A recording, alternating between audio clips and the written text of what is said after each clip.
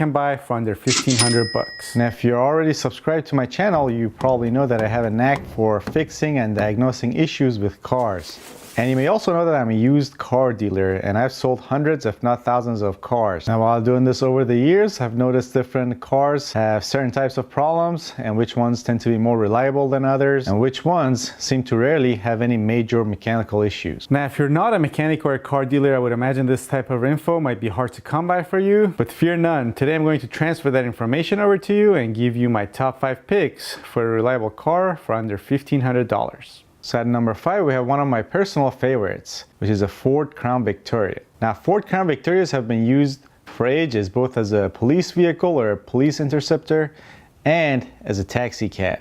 And it's for good reason. These cars are very hardy, they last a long time with proper maintenance, they rarely have any major engine or transmission issues, and on top of that, they're fairly easy to work on. Now, if you look hard enough, you can usually find one of these that's in decent shape and you can buy it for under 1,500 bucks. But if you can help it, try to buy one that's 2001 or newer. But even better, try to find a Crown Victoria that was used as a police interceptor, because these Crown Victorias come with upgrades to their suspension, cylinder heads, camshafts, and other components. But even better than that, these Crown Victorias were probably maintained properly because they were used as a fleet vehicle.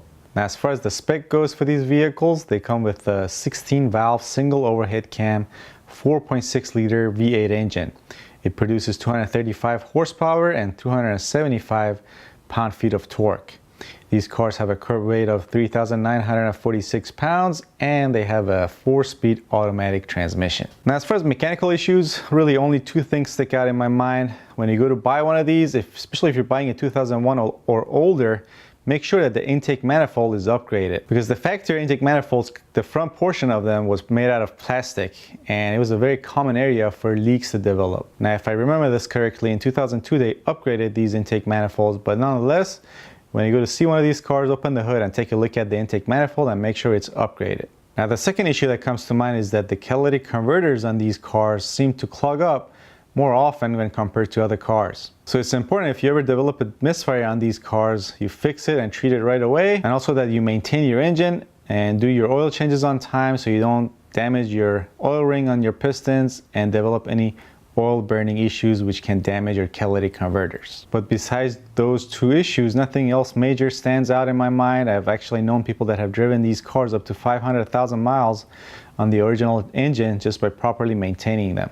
All right, next up, coming in at number 4 is a 1995 to 1999 Nissan Sentra, which is a B14 series for these cars. Now, in my opinion, these Nissan Sentras are some of the most reliable cars Nissan has ever made. They're nothing fancy, they're not really fun to drive, but they just go and they never seem to want to die. Now, these B14 series come with a 1.6 liter dual overhead cam engine. But there is an SE model which has a 2.0-liter engine, but that's not what we're talking about in this video. I'm talking about the 1.6-liter engine for these series. The engine on these cars produces 115 horsepower and 108 pound-feet of torque. These cars also have a curb weight of 2,315 pounds. And when you put a dual overhead cam 1.6-liter 4-cylinder engine in a body that weighs only 2,315 pounds, you get crazy gas mileage, which is upper 20s for city driving and then upper 30s for highway driving, which is pretty impressive in my opinion. Now, the engine on these cars is an interference engine, which means either the valves or the pistons will occupy the same space if the engine is not timed properly by the timing belt or the timing chain. Now, luckily, these engines have a timing chain which lasts a lot longer than a timing belt. And these chains rarely break or snap in half like a timing belt without any warning. And that's great, because if that happens, your valves will hit your pistons or your valves will hit each other and cause catastrophic engine failure.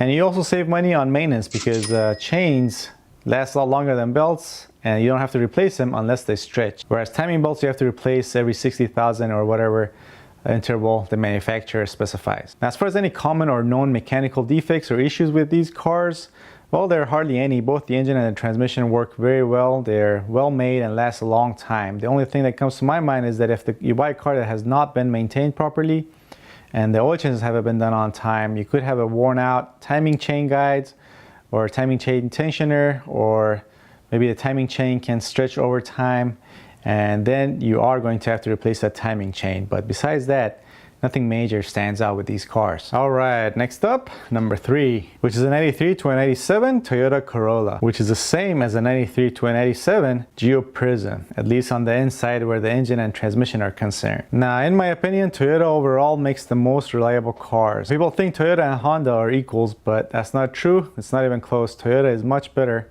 than Honda, and in fact any other manufacturer when it comes to reliability. Now, 2 different size engines come in these Corollas. You can get them either in a 1.6 liter dual overhead cam engine or a 1.8 liter dual overhead cam engine. Now, these 2 engines produce 100 and 105 horsepower and 105 and 115 pound-feet of torque respectively. Now, the Corollas with the 1.6 liter have a curb weight of 2,315 pounds, and the ones with the 1.8 liter have a curb weight of 2,403 pounds. And very similar to the Nissan Sentra, when you put a small dual overhead cam engine on a lightweight chassis, you get excellent gas mileage. Which again is in the upper 20s for city driving and upper 30s for highway driving. Now, you being a broke are going to probably only afford the base model, which is the CE Toyota Corolla, which comes with the 1.6 liter. The 1.8 liter comes with the DX and the LE models, I believe. That's not a big deal because if anything, the 1.6 liter in my opinion is slightly more reliable than the 1.8 liter on these cars. Now, unlike the Nissan Sentra, these cars come with a timing belt, which does need to be replaced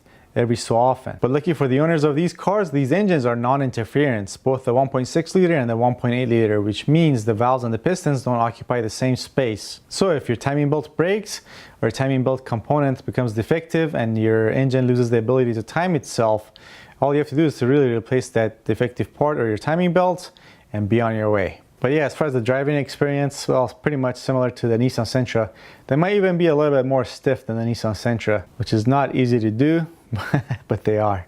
Alright, so next coming in at number 2 is a 1988 to a 2002 Honda Accord. These are basically the 6th generation Honda Accords, and along with the 5th generation Honda Accords, which were made from 94 to 1997, these are the most reliable Honda made vehicles ever made. Now, these 6th generation Honda Accords came with the 4-cylinder and the 6-cylinder engine. But as far as reliability is concerned, I believe the 4-cylinder engine is much more reliable. Now, the base model or the DX model of these Accords had a 2.3 liter single overhead cam engine. However, the LX and the EX models had a 2.3 liter VTEC engine. Now, if your budget is $1,500 and you're looking for a Honda Accord, then it's probably a better idea to buy the base model that's non-VTEC. Because if you buy a car that was not maintained properly, then the engine sludge and the lack of lubrication could damage the VTEC system and cause you to run into all sorts of problems. But as some of you may know, driving a Honda with VTEC is pretty fun. As far as the spec for these cars, the non-VTEC 2.3 liter gets 135 horsepower and 145 pound-feet of torque. The VTEC version gets 150 horsepower and 152 pound-feet of torque. The curb weight for these cars is about 2,888 pounds, and the gas mileage is mid-20s for city driving and mid-30s for highway driving. Now, as far as known or common mechanical issues with these cars, well, there aren't any. Now, these engines do come with a timing belt and are interference engines. It's crucial that you know exactly when the timing belt was replaced if you go to buy one of these cars, or that it's properly inspected if there's no maintenance records. And now the moment you've been all waiting for, the most reliable car you can buy for under $1,500 without any doubt or question is a Toyota Camry with a 2.2 liter engine.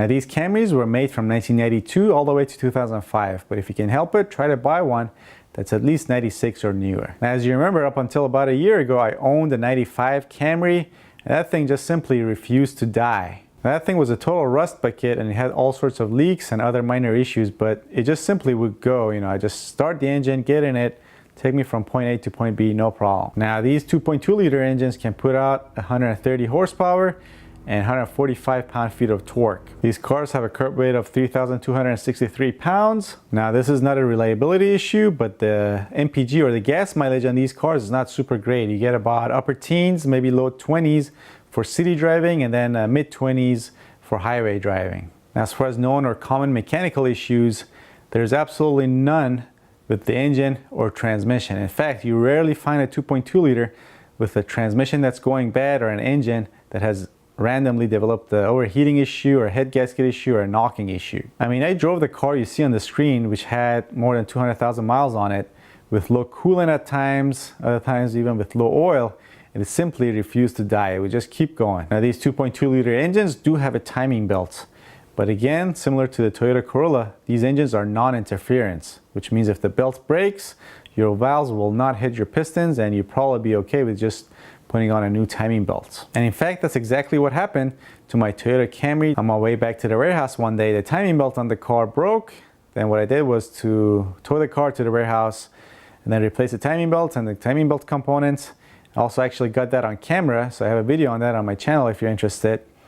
And then I simply started the car and the car kept going for many more miles. The only minor mechanical issue I can think of on these cars is a leak from the oil pump seal or gasket right by your crankshaft. These seals are known to go bad over time, and then since the leak is down by the crankshaft due to the circulation of air, oil gets all over the place, but in my opinion, this is not a major issue. Now, if you want to see other videos similar to this, maybe for different categories, do me a favor and leave a comment down below. Or if you see a suggestion or a comment that you agree with, give it a thumbs up and I'll make a video on the one that gets the most amount of votes. And I promise not to use the electoral college this time.